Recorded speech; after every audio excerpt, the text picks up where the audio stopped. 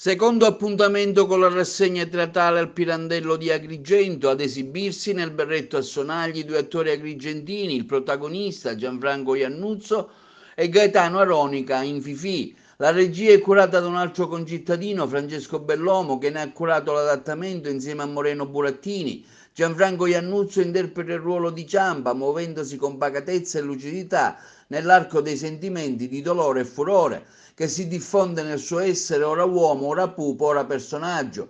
Il berretto a sonagli prende spunto da due novelle di Pirandello, Certi obblighi e La verità. La storia tratta di un marito che, nonostante sia a conoscenza dell'adulterio della moglie, lo accetta con rassegnazione. Le musiche sono di Mario D'Alessandro e ci riportano alle sonorità degli anni 50, periodo in cui viene collocato storicamente l'ambientazione. Gianfranco Iannuzzo al Teatro Pirandello con il berretto a sonagli, uno spettacolo che per chi lo vedrà avrà delle sorprese. Quali? Quali?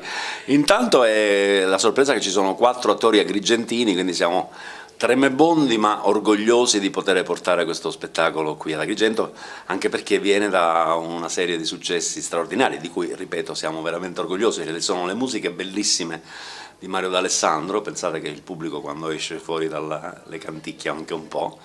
La produzione e la regia è curata da Francesco Bellomo, che si è affidato, lui bravissimo come regista, ma si è affidato ad attori bravissimi, quindi a parte me che ce la metto tutta, sono attorniato da una serie di attori straordinari, uno dei quali è un altro agrigentino che è Tano Aronica, mio amico da sempre, bravissimo e elegantissimo.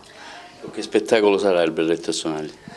Beh, è uno spettacolo che è un po' la summa di tutte le tematiche pirandelliane, ci sono l'essere, l'apparire, la maschera, il volto, la follia, lui la follia ce l'aveva in casa quindi la conosceva bene, in questo caso la follia è l'escamotage perché Ciampa possa rivoltare a suo favore un piano diabolico che viene ordito ai suoi danni. È una commedia importantissima, un ruolo straordinario, ci voleva tutta la mia faccia tosta e tutto il coraggio che mi hanno dato i miei colleghi per affrontare un personaggio come questo che, come sapete bene, è stato il cavallo di battaglia di Turiferro, di Salvo Randone, di Edoardo De Filippo, quindi insomma che Dio me la mandi buona. Il pubblico ieri ci ha detto di sì e ne sono veramente contento, felice, non era facile far bene nella mia città. Gaetano Aronica, questa sera al Teatro Pirandello, nella tua città, non potevi mancare. Quel berretto a sonagli interpreti Fifì.